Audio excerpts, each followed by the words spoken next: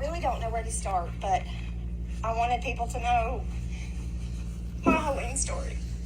And I'm going to try not to cry, but it's just a lot. So it was me and my husband, and we don't have children, but we had fur babies.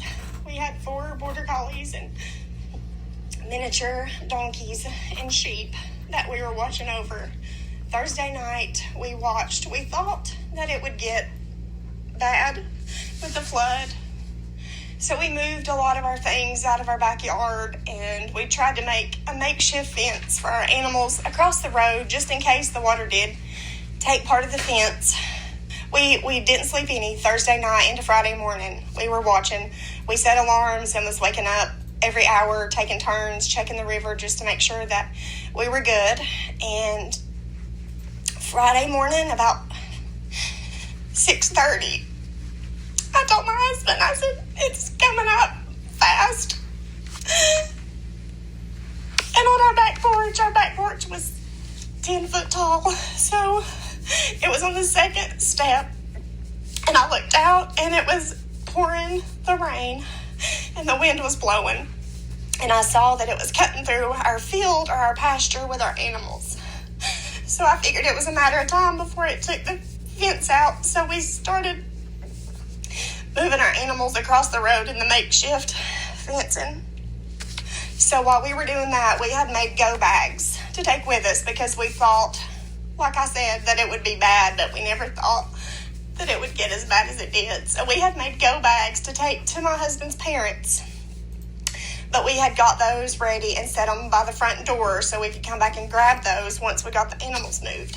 Our house that we lived in was built in the 1930s. So this house had made it through the flood of 77, which was supposed to have been the worst flood in this area.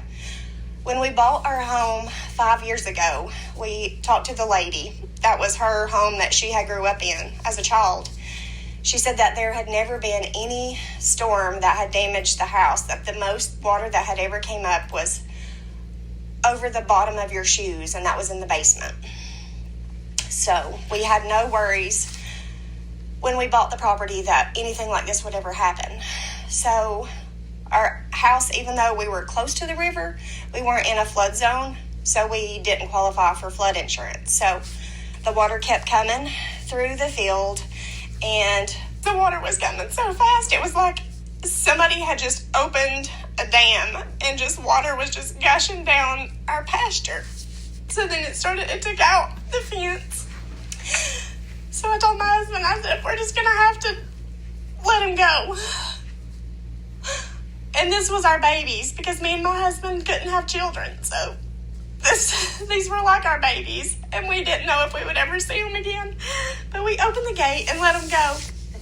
Our dogs, we put them in the truck so they were safe. So my husband started backing the truck up because the water was coming. I looked around, and water was up to the windows of my house, and my house was 2 stories.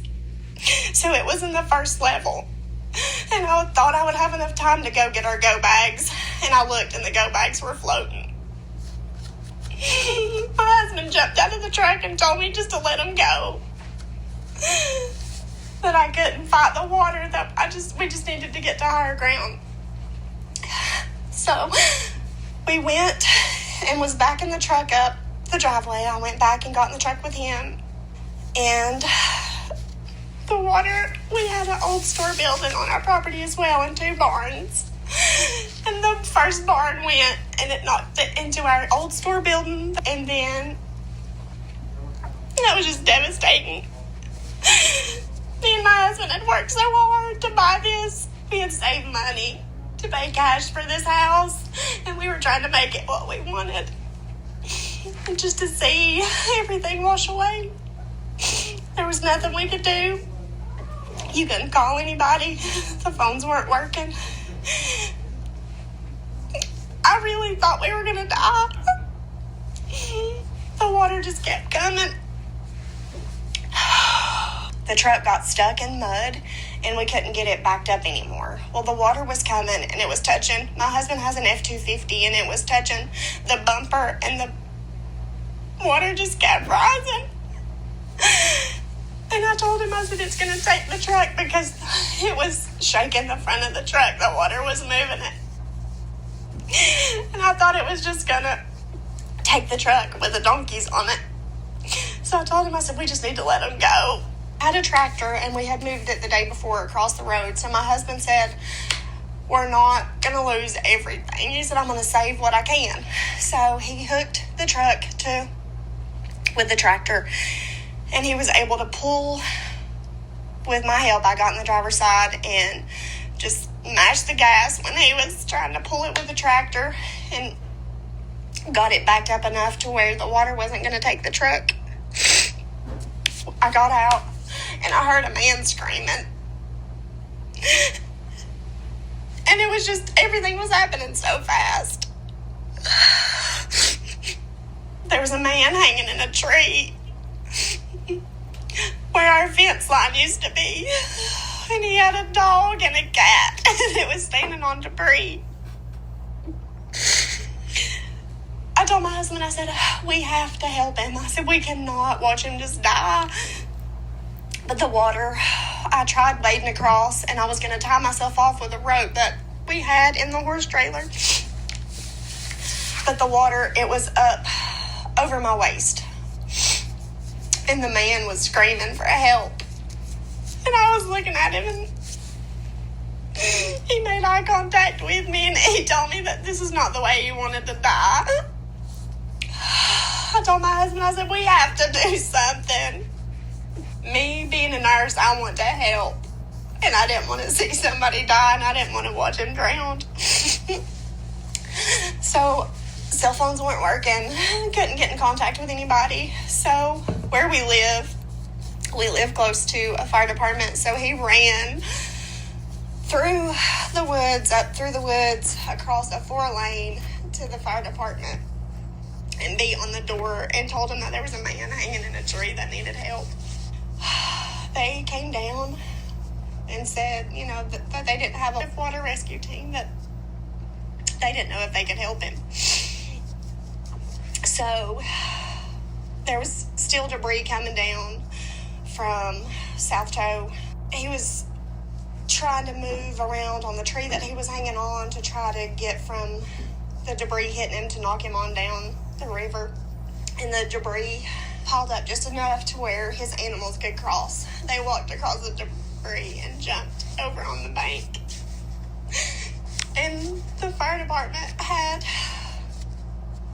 through the skyline, and he didn't get it. There was a mobile home that was floating down that almost took the tree out that he was hanging on. And I just knew he was gone. I just shut my eyes because I knew it was over, but it didn't. He was still hanging on that tree.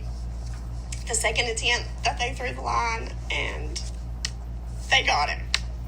And he was able to walk the debris across, and he got out. Then I turned and looked, and our house was gone. There was nothing left of our house. Our barns was gone. Nothing but the concrete slab. People don't realize, unless you've been through this, how hard this is to start over with nothing. So I really don't know where to start, but I wanted people to know